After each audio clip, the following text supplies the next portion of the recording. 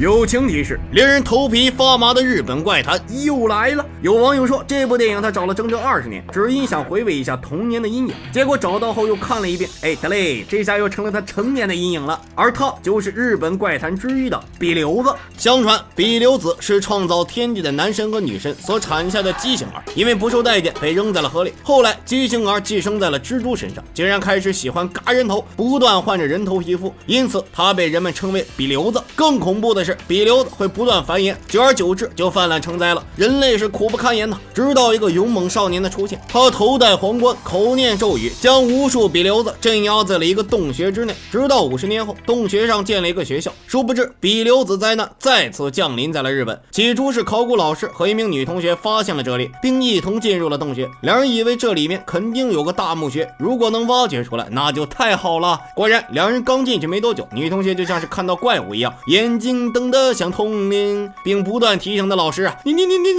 他，最终嗷嗷叫的两人被一股诡异的力量拖走了。想都不用想，后果肯定是被比留子嘎了。这嘎了不要紧，问题是洞穴被打开了，小日本人的好日子马上就要到头了。几天之后，考古老师的儿子怂哥发现老爹还不回家，于是想老爹经常研究一些奇怪的怪物，他害怕老爹被怪物抓走了，于是叫上2个好友来学校找他。这下可真是把人头送到了比留子嘴边啊！更作死的是，怂哥3人还决定分头行动，殊不知等一下可真就是分头行动了。果然没一会儿，找遍了第1层没发现老爹的怂哥正要离开，突然身后出现一个诡异的视角，飞快的冲向他，人头我来啦！结果这比留子还没碰到怂哥呢，怂哥就张着大嘴被一旁的小推车轰出了2里地。怂哥快吓死了，定睛一看是叔叔啊！怂叔解释，你爸是我哥，他失踪我怎么可能不来呢？再说了，我对付小怪物的手段那可是多得很啊，一准让他站着进来躺着出去。怂叔一边吹着牛一边鼓捣他的怪物探测器，结果他一个半蹲指着怂哥身后，有人！怂哥觉得怂叔在恶作剧自己，一个棍子向身后横扫过去。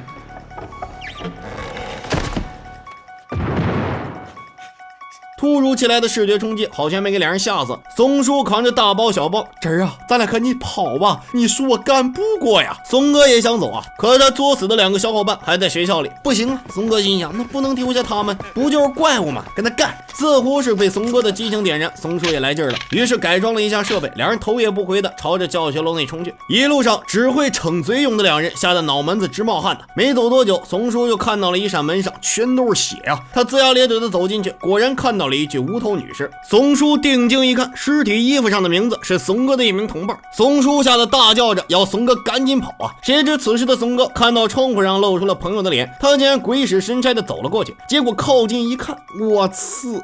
竟然只有头啊！松哥吓得嗷嗷叫，闭上眼睛正发愣呢，幸好被松叔撕心裂肺的喊声叫醒，两人立刻循着血迹去寻找另一个小伙伴。殊不知另一个小伙伴此刻遇到的小怪物可比嘎人头刺激多了。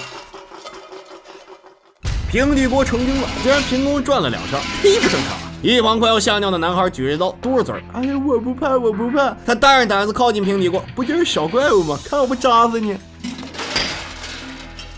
什么东西都没啊！男孩又看了看另一边的平底锅，呲着牙咧着嘴，颤抖着正要爬过去，结果手上一沉，原来小怪物在这个锅里。然而等男孩掀开锅盖一看，我操！一个美女的脑袋！只听男孩嗷的一声将锅扔了出去。很快房间内恢复了安静，男孩以为小怪物跑了，正要小心翼翼地走过去查看，结果这时黑暗里传来一个女人唱歌的声音。只见男孩被歌声吸引过去，黑暗处缓缓浮现出了美女的脑袋，一边唱着歌一边对男孩笑得诡异。下一秒，男孩拿刀的手竟然不受控制地举向自己的脖子，只是瞬间，男孩就自嘎掉脑袋咽气了。而这一幕恰好被赶来救男孩的松叔和松哥看到，两人顿时吓得慌不择路，对着空气就是一阵乱捅啊！经历了此前的种种，松哥彻底被吓麻了，张着大嘴对小怪物比留子叫嚣啊！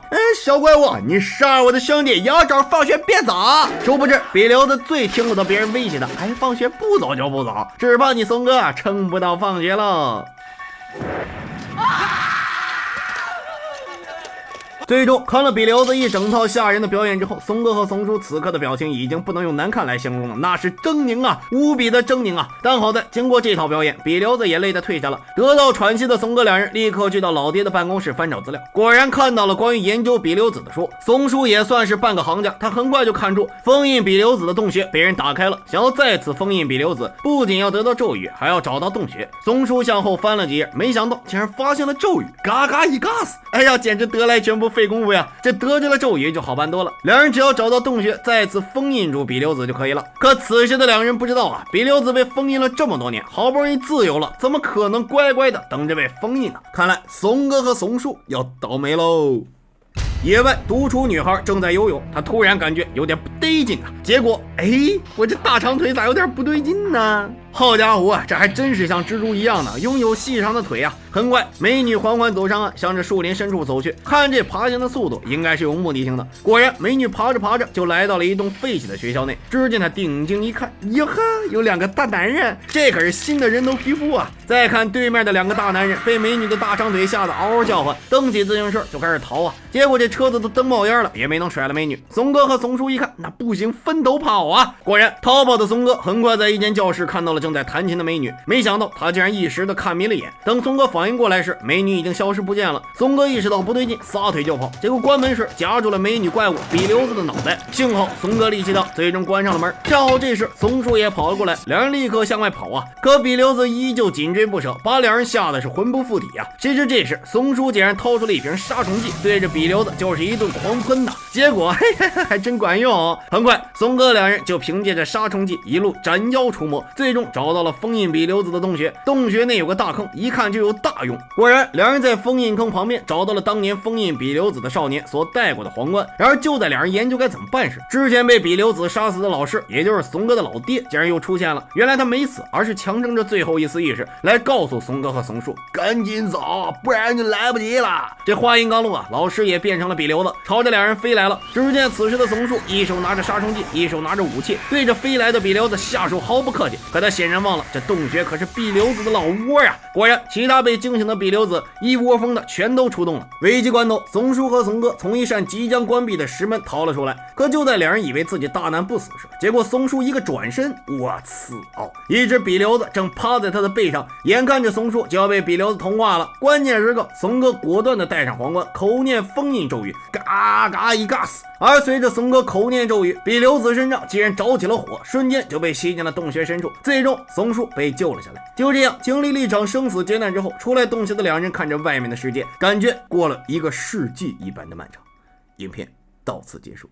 妖怪比留子是1991年日本上映的恐怖片。说实话，这阴森的大脸加上蜘蛛腿，属实是童年阴影无疑了。不过话说回来啊，用杀虫剂对付比留子，阿松哥是真没想到啊。可以，Goodbye everyone。